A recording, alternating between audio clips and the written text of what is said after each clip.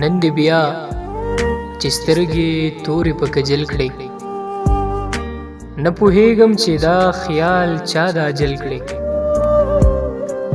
شین لوګی دا سویلو مې له خولې نه ځي، که مې اور د زړه په خونه باندې بل کړې. لکه څوک چې په مزار د مړي جاړي، دومره اوښکې مې نن توی دا ستا په پل کړې. زه پوهېږم په